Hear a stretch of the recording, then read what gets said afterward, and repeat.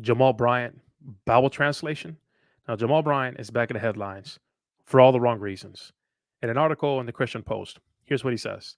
He has called for the church to repackage itself to include a discussion of a new gospel for grown-ups that doesn't tell single Christians that are used to getting some they need to be celibate.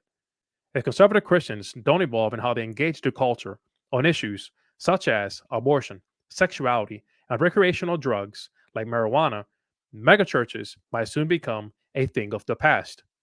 For me to tell 16-year-olds to be celibate is one thing.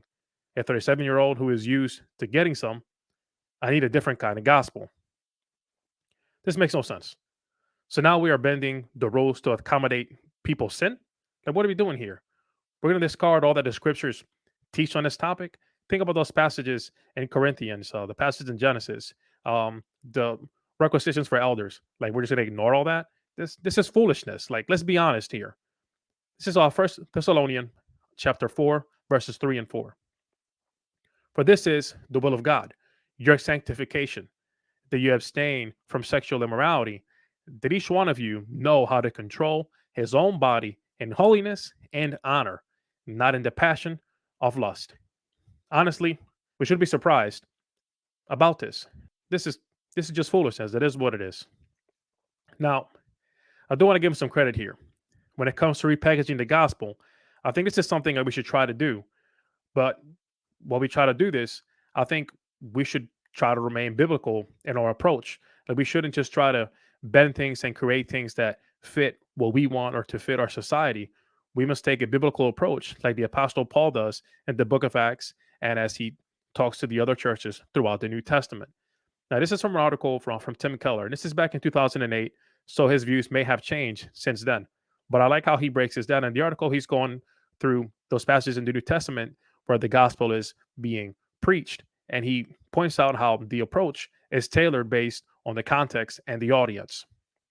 Here's what he says.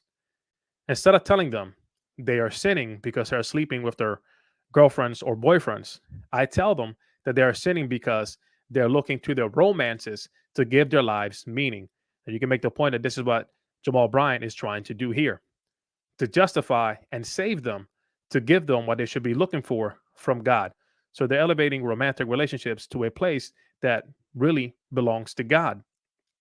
This idolatry leads to anxiety, obsessiveness, envy, and resentment.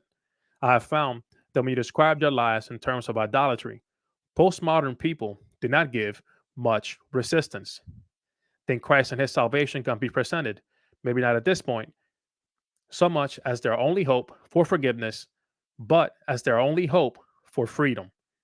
He goes on to say, talking to a different group of people here, I use it both a kingdom and an eternal life gospel.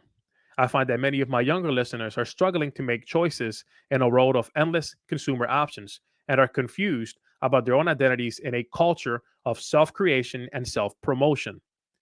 These are the people who are engaged well by the more individually focused presentation of the gospel as free grace, not works. This is not like the eternal life gospel of John.